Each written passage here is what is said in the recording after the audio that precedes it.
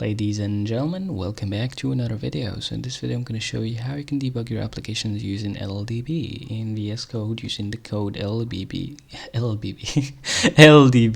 extension, right? So let's get started. So to give you some context, like most of the debugging videos you're going to find on the internet won't work, and you know why? Because right now the zig thing actually uses its own kind of compiler for debug mode, right?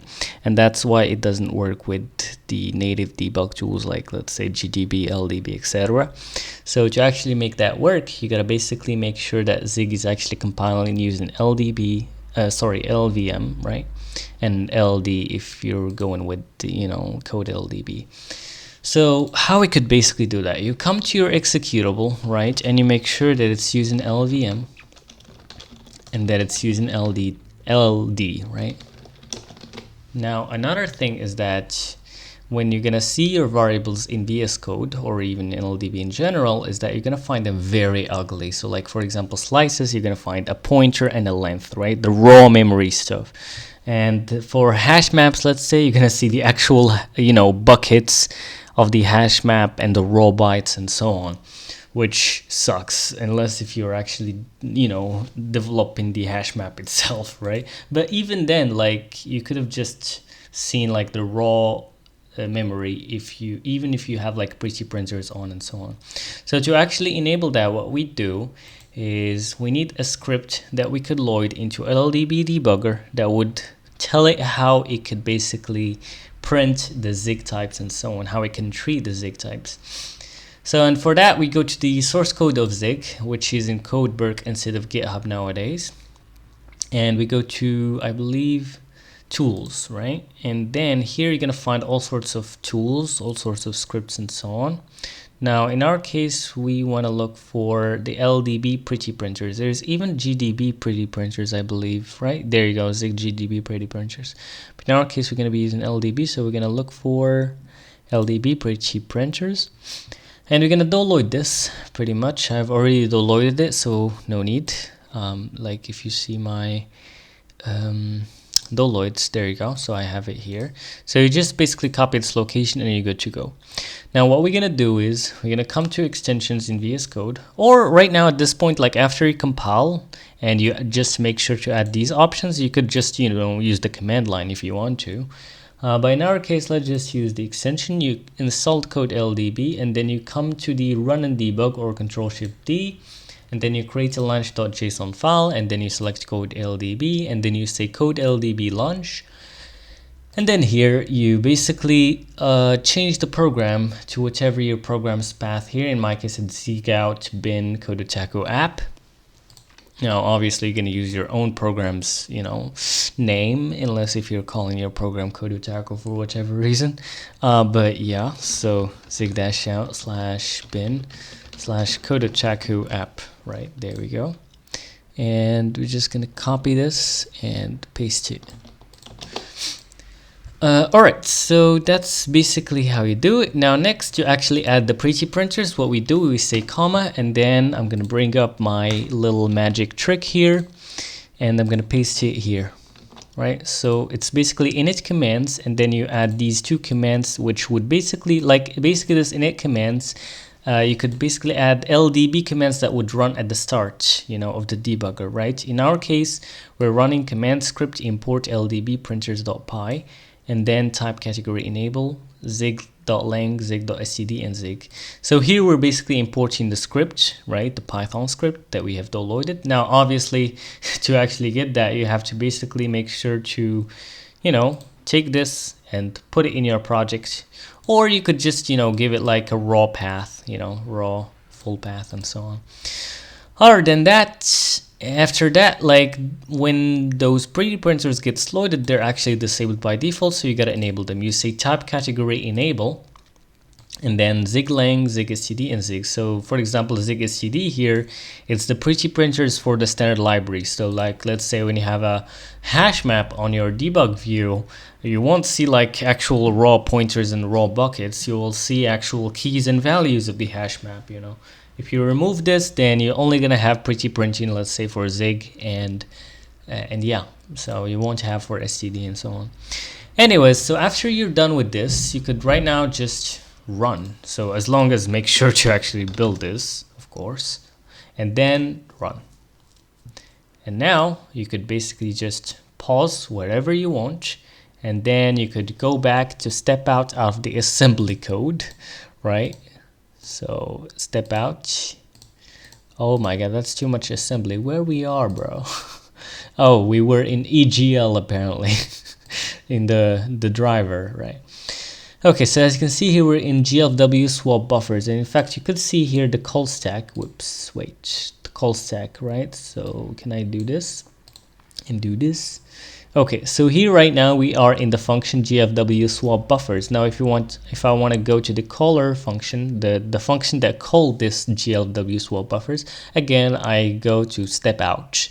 And there you go. So right now I'm in swap screen buffer. Now I'm gonna go back to end drawing in the stack. There you go. And right now I'm actually in the raylib code, I believe, right? Yeah, I'm inside the raylib r code, the rcore.c. There we go.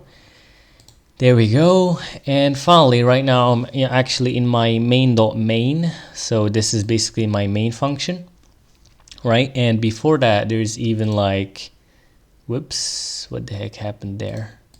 Apparently I can't really, that's strange. That's strange. So apparently I can't really go back because, well, for some reason. Anyways, so start.call main and start.call main with args and start.main. So basically my program just like starts in this standard library start.zig function, right? So as you can see, and it basically prepares a lot of stuff like the MVP here and so on. And as you can see with the pretty printers, I could actually go ahead and see this stuff. Wait, is it really? Wait a second.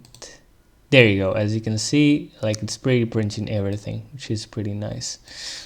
All right, so after that you basically call main with args, and then it calls main, and here you go, your main function is running pretty much. And that's basically it. Other than that, there's also the modules.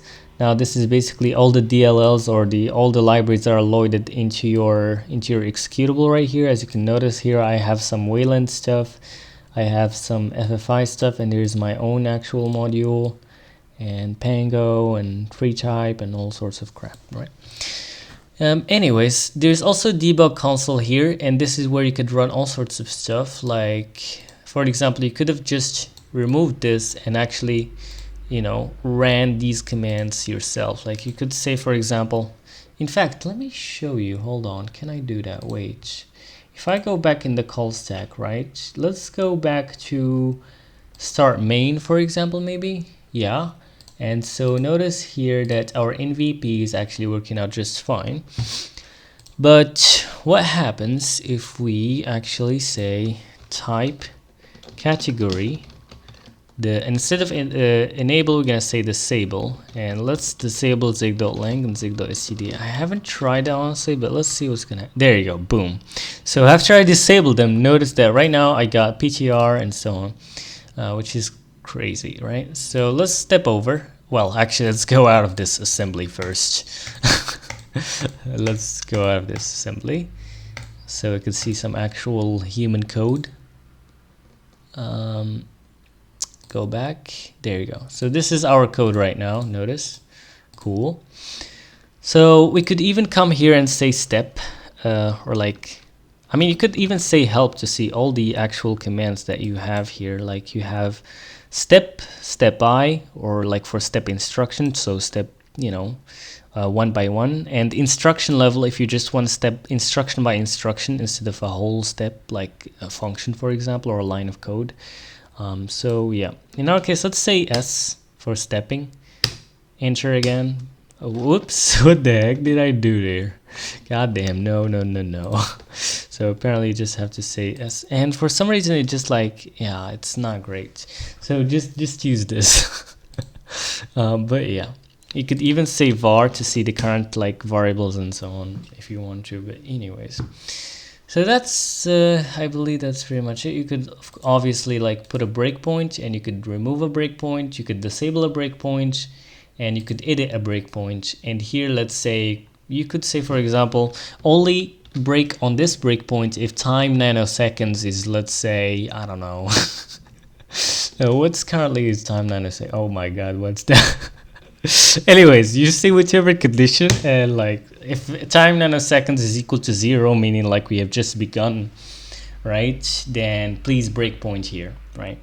There's also like hit count, and so this is useful in let's say for loops. Let's say you want to put a breakpoint inside of a for loop, and you only want to run it after you get into the 40 iteration, right?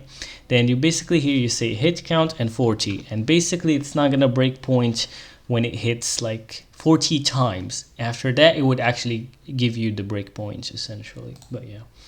You could also log a message, so instead of putting printf here, you could actually, you know, print something here and so on. And I'm not sure what is wait for breakpoint here, but yeah. And yeah, that's basically it. Obviously, you could stop, and yeah, I think that's pretty much all I wanted to cover. So yeah, thank you all for watching, and see you in the next one. Goodbye, everyone.